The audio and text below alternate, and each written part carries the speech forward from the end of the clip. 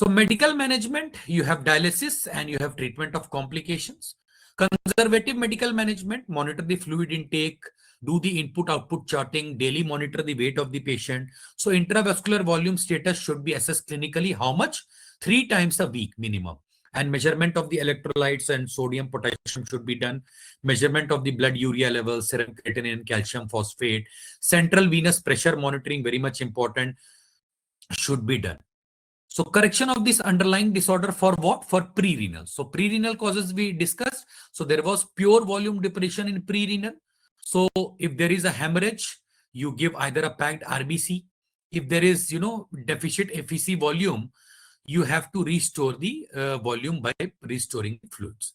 So in severe, blood loss, plasma loss, normal saline, isotonic normal saline is indicated. Gastrointestinal fluid loss, if it is being there, again, electrolyte contained laboratory analysis of the electrolytes is the most precise way for determining which fluid to choose if it is a GIT loss.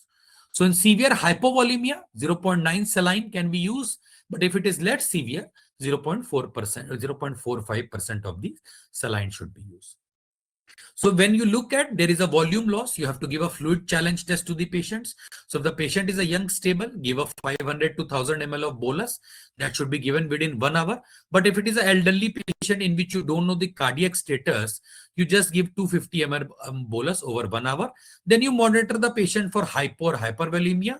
Once euvolemia, normal volume is being achieved, monitor the serum electrolytes, and total fluid requirement you calculate based on the total output of the kidney and GI tract in previous 24 hours with additional 500 to 1000 ml inaccessible loss like skin, sweat, respiratory system.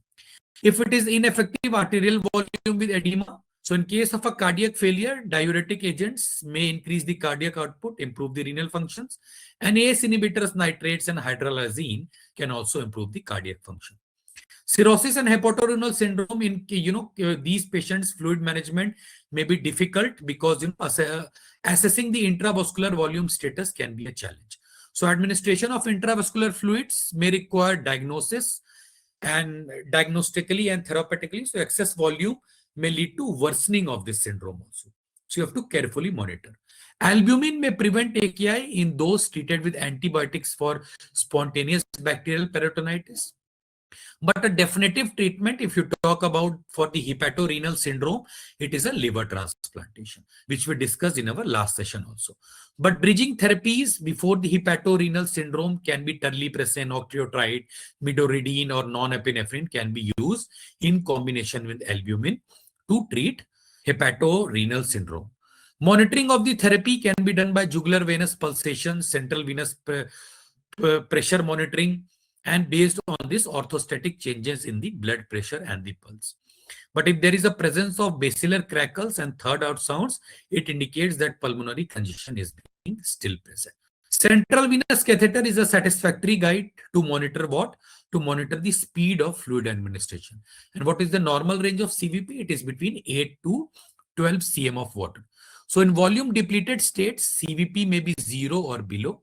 In uncomplicated volume depleted patients, this amount of saline has little effect. So you can give a fluid challenge if there is a volume depleted states, a fluid challenge of 200 to 300 ml normal saline over 10 to 20 minutes. So if there is a CVP rise of more than 5 cm of water, that suggests cardiac failure, and infusion should be immediately discontinued because it will worsen the situation.